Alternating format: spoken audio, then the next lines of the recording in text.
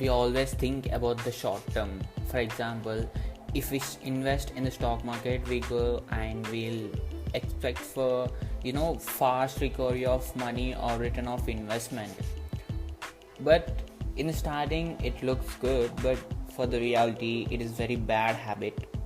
You have to be goal for long term investment, because there are so many risks in the short term business. Because if you enter in the short term business, for example, you invested $10 and you'll get the return of $100, you may be so much happy. But in the same case, sometimes if you invest $100, there's a chance that you may lose those all $100 in just a minute.